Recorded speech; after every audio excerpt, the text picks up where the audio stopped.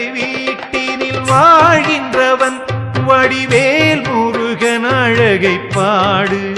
முருகன் மகிமைகளை தொகுத்து தேன் தமிழில் குழைத்து இறை உணர்வில் திளைத்து பாடு. சரவண பொய்கையில் அருள்கின்ற முருகனை தாங்கிடும் தாமரையாக்கு. என்னை படைத்திட்ட முருகனும் திருவடி பணிந்தேன் பாக்கள் பாட இசை ஞானமெனதாக்கு. திருச்செந்தூரின் திருக்குமரன் இவன் மூத்தவனோ அந்த யானை முகன் சிவபாலன் இவன்